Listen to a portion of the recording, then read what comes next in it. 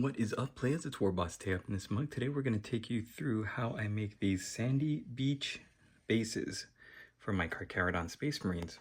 The only product you need is Vallejo Desert Sand, or Vallejo, for Diorama FX, Earth Texture Desert Sand.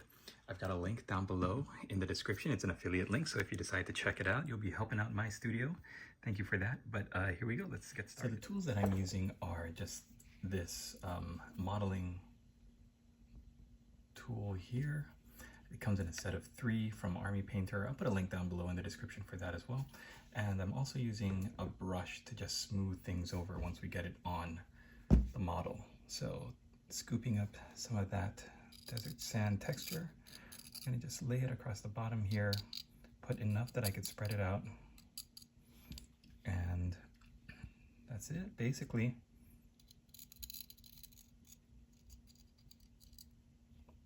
Now you want to make sure you've got a paper towel or something nearby.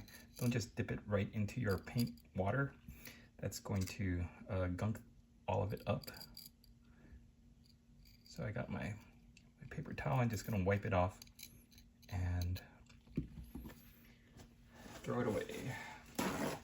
You might have been able to tell from my hand that I've been experimenting with this method of application, and I dropped one of my Terminators. It fell all over me. It's a big mess. So a little trial and error. And just take your paintbrush, and using a larger paintbrush with a larger amount of bristles on it will help you to smooth it around, and that's what we want. It's just to create a very natural looking sand base. Now this is a very nice color for desert and beaches. What I'm going to do to make it look more like the sandy beaches of Hawaii, where I was raised, is I'm going to wait until it dries, and then I'm going to dry brush some Wraithbone to give it a little bit more of a white highlight, or a very light ivory highlight. Of course, it's just fine if you just leave it straight out of the jar. That's the whole point of these textured diorama products, is that you don't do really anything to it. Once you apply it to the base, that's it. And then if you want to add any sort of like pattern or just randomness to it, the goal is we don't make it look like we painted it on. We want it to look like it was naturally formed over hundreds and hundreds of years.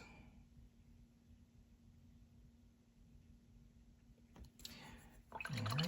Now the theme with my Carcharodons is that they're on a world where the ancient civilization ruins are popping through and poking through the sand. So they've got some stonework that I'm going to be painting on, but once it dries after a couple of hours, it's going to look like this.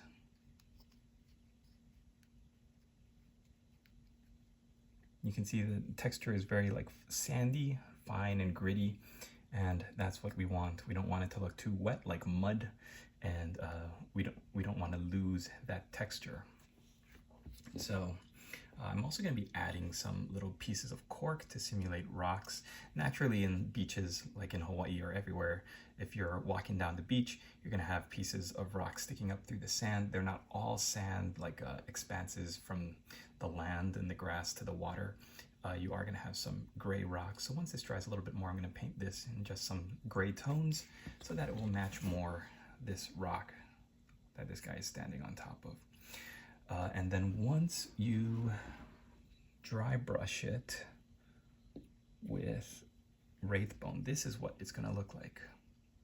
So you can see it's got a little bit of lighter color to it that Wraithbone ivory picks up on the higher levels of the sand, and it makes it look less, I think, less like a desert and more like a beach. If I were to keep it yellow, maybe even brush some more yellowish bone colors, such as Xandri dust, or Ushabti bone, like those yellow Tomb King's sounding colors, then I think it would look more like a desert.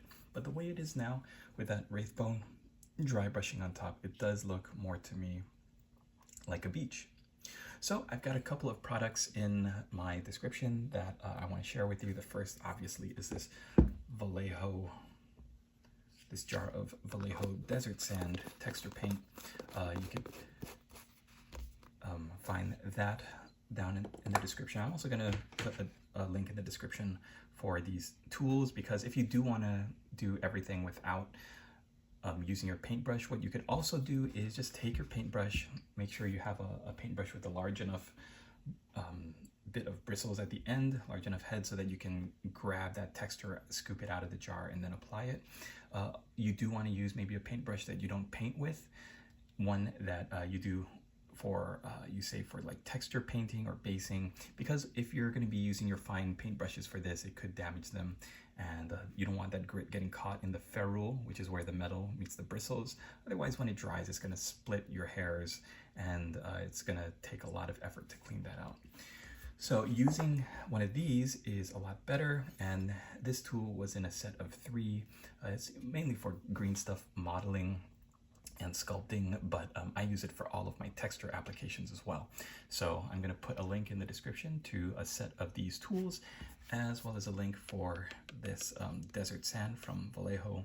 And finally, just if you're interested in, I got these rock pieces from Army Painter Battlefield rocks. They're just pieces of cork. You could use any old cork, and what you could do is just break up the corks so that they're in these random rock pieces. I don't know why. I just wanted to see if this product was worthwhile, and I do like it. So having it on my bases for my carcharodons here seems like the natural thing. I'm just going to paint them gray, like I mentioned, but these are good randomized pieces of cork. Of course, if you want to save that expense, all you need is to go out and buy a cork board from like a hobby store for only a couple of bucks, and it's going to give you a huge sheet of cork that you could just break off. If you remember, I did a Blood Angels project many years ago, and that's how I built their cork bases. I just took that cork board and I tore off pieces of it. In fact, I think I might have gone through maybe like 10% of that thing. I have so much of that cork board left, but I am always on the lookout for new products that everybody has access to, that everybody can get.